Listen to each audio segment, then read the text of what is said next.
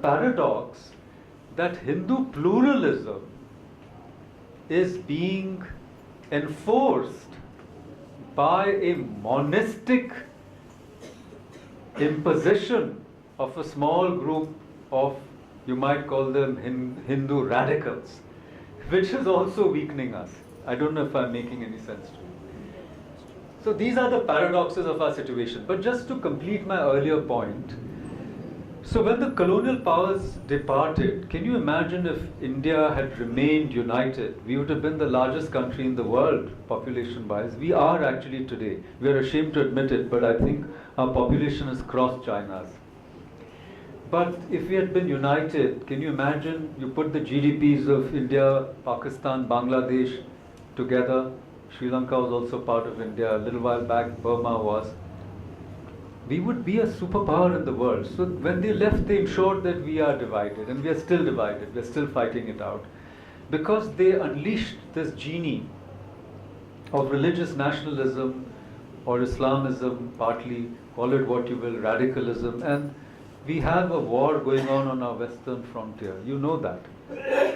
It's a never-ending war, at least from the time that we became independent.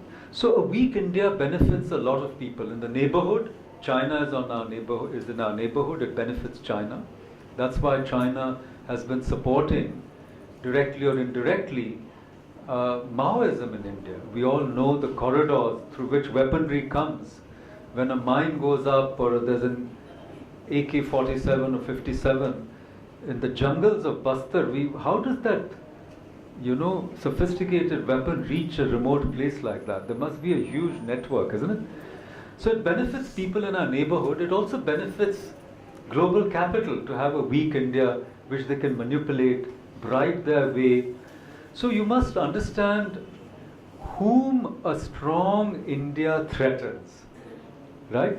A strong, independent India is a threat to several people. And don't forget, it's the biggest threat of a strong India is to the local elite who have no allegiance to Indian civilization, for whom India is a place they can exploit, they can park their wealth abroad.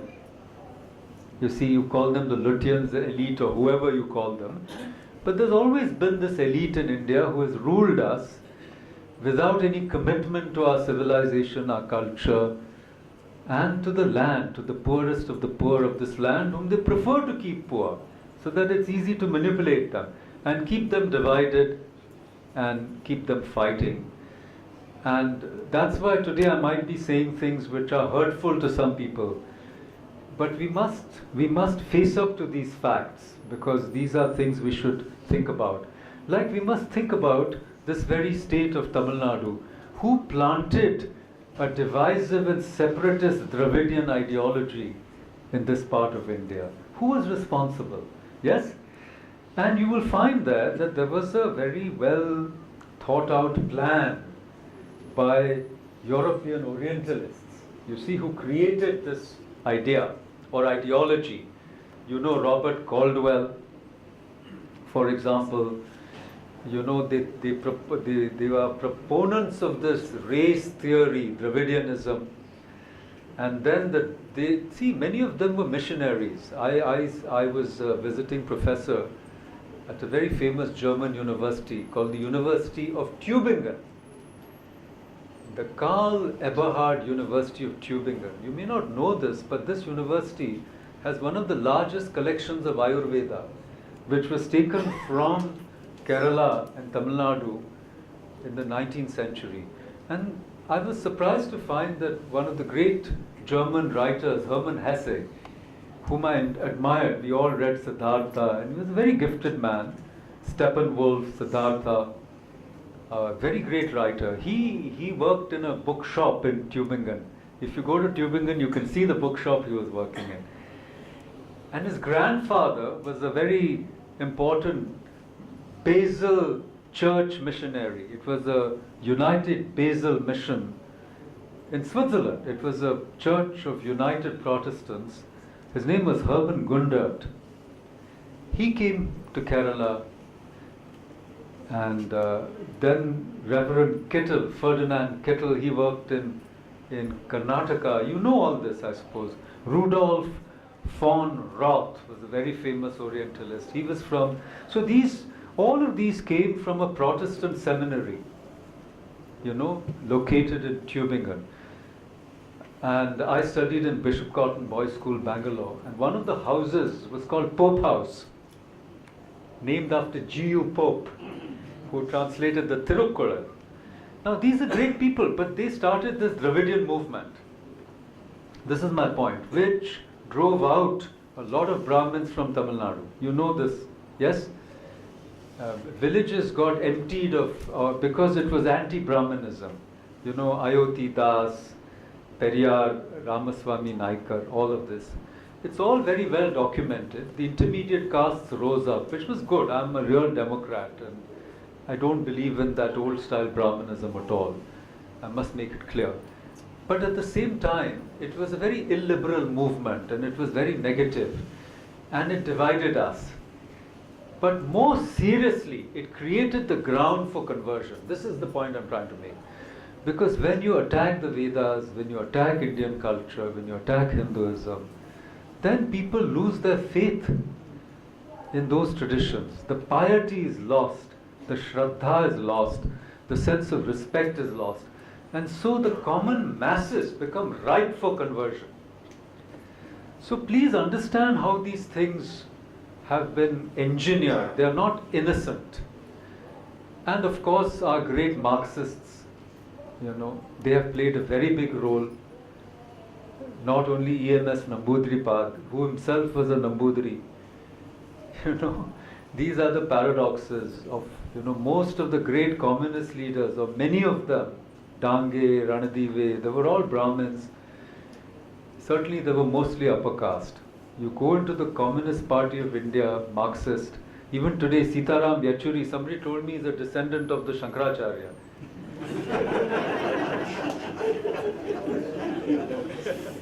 So you see, they use you and they use your own people against you. And it's very well done. It's interesting to understand when India got independence, the communists never believed in Indian independence. They said, oh, this is a bourgeois revolution. It's not really a real revolution. We must march on and liberate India. And this is only the first step. We kick out the colonialists, but after that we'll take over power. Eventually they joined the political system, as you know. But a group of them, Marxist Leninists and their offshoots, did not. And there's still People's War and other groups are still waging war against the Indian state. And some of the best human rights lawyers are defending that. So the Breaking India forces are very active, is what I'm saying. And the communists also did not have any sense of reverence for Indian culture, or for religion for that matter. But please ask what happened to the Communist Party of Pakistan. What happened to them? Somebody told me they merged into the Muslim League. Please find out. You see, so one intolerance understands another intolerance. It's only the tolerant who are lying supine. So that there's a beautiful poem by Amir Khusro. He said that your prowess is so irresistible that the masses, like antelope, they lay down, exposing their necks to you. You see the sword of Islam, the might of Islam. Anyhow, let me read you something which I just found today. But I thought I must read you something that you may not be all that familiar with. And you can tell me if you're familiar with this. If you are, then you will get a special prize. You will get my memento. If you can identify this passage, you will get this memento. Okay. The destroyers came out of the desert. Dash must have been expecting them. Dash means I'm hiding something so that otherwise. Dash must have been expecting them. For years, marauding bands of bearded, black-robed zealots, armed with little more than stones, iron bars, and an iron sense of righteousness, had been terrorizing the dash of the empire. Their attacks were primitive, thuggish, and very effective.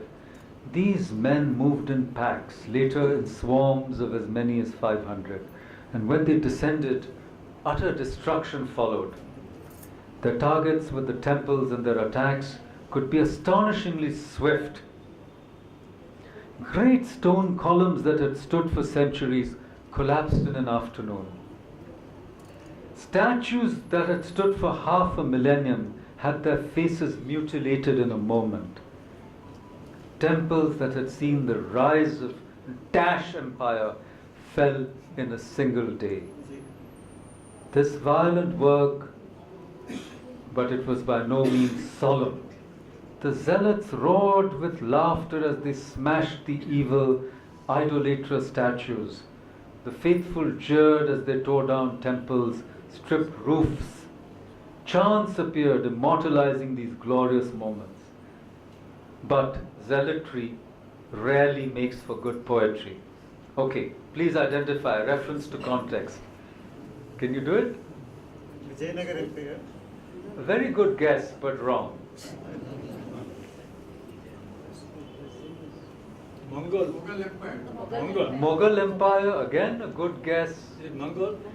It's not a bad guess, but unfortunately you're wrong. I'm sorry. Is it the Somnath temple? Sorry? Somnath temple? No, again a very good answer. See how many answers are coming. Because Hampi also, again a good answer.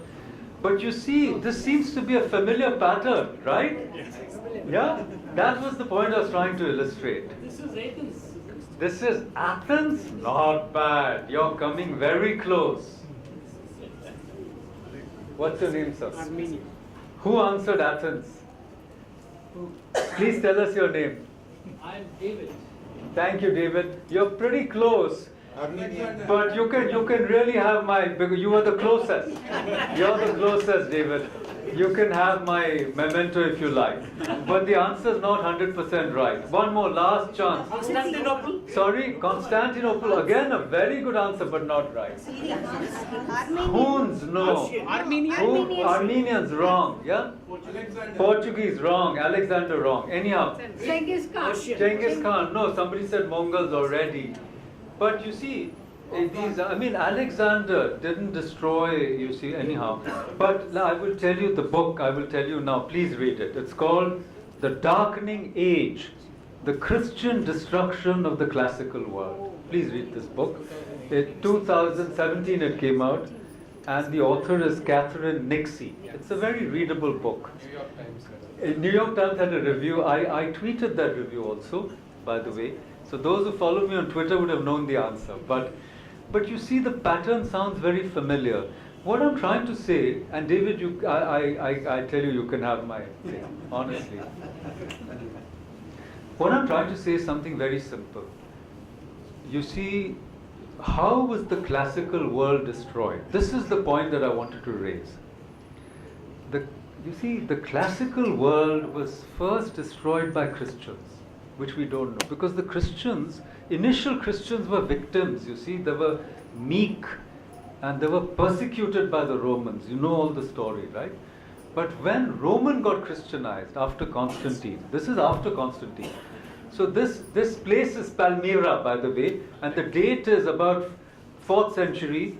I'll give you the exact date. It's here, 385 AD. So in 200 years, for 2 centuries, an empowered and Romanized Christendom, they destroyed one part of the ancient world, which included Greece and Rome. And then this destruction was revived by the Portuguese. The Portuguese destroyed the Mylapore temple. It was not in Mylapore, it was in Santo. And they created a myth that St. Thomas was martyred in India. There's no proof of that. There's no proof even that St. Thomas came to India, by the way. And it's very interesting how the myths are created, because I went to Malacca And I found, Saint Xavier, who is a very great saint, in Bomb Jesus. If you go to Goa, it's a beautiful cathedral. Yes, Basilica, the Bomb Jesus, and his body is there. But a part of his body is in Malacca. Did you know that? Apparently, he rode in a coffin from Malacca. No, I'm not kidding. And he came to Goa. So it's a different age, I agree. I mean, many years after Thomas. But Saint Xavier is a recorded person. He's real, okay? He's not a fiction.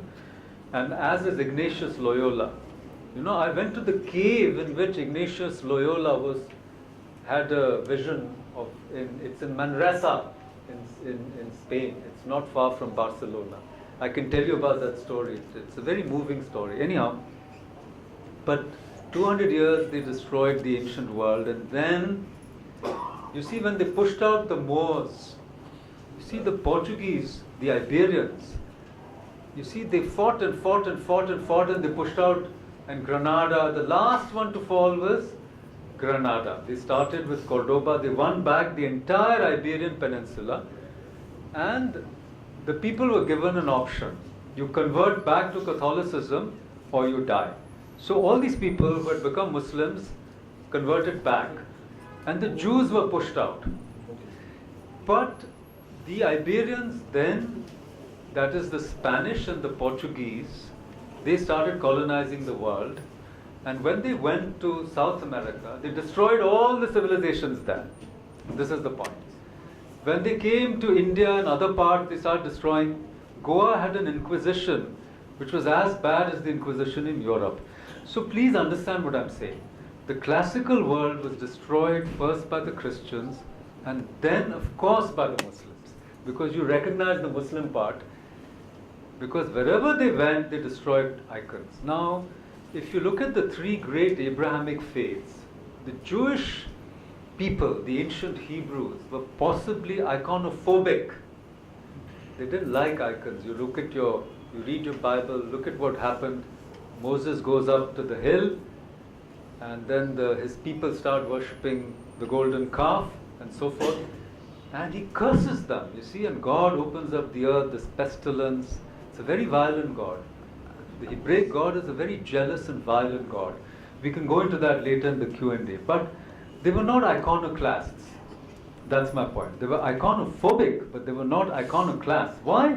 Because they never had power. The Jewish were never empowered, by and large. They were beaten up, they were enslaved by the Egyptians, so the stories go. But then the Christians got empowered and they became not only iconophobic, but they were iconoclastic. And the Muslims took it to another degree.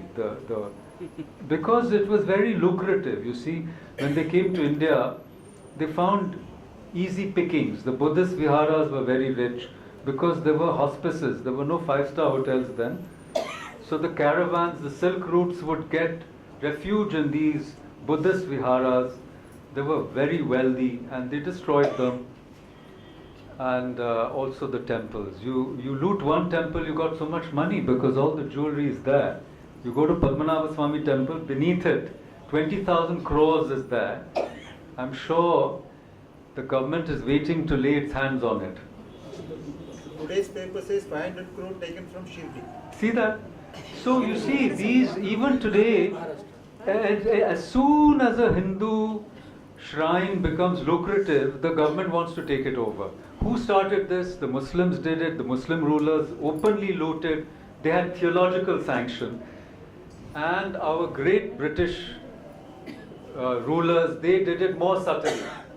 They found ways in which to take over these endowments and use it for public good, supposedly. But they used the pilgrims' offerings, for so-called secular purposes. And even today in Tirumala and other places, the money is used for a variety of purposes. So you know what is happening. I just came from Ramanashram. They tried to take over Ramanashram in 1956. And they had to declare they were not a Hindu organization. They tried to take over Ramakrishnan mission schools. Everybody has to try to say, we are not Hindus. Then they are happy. Then they won't take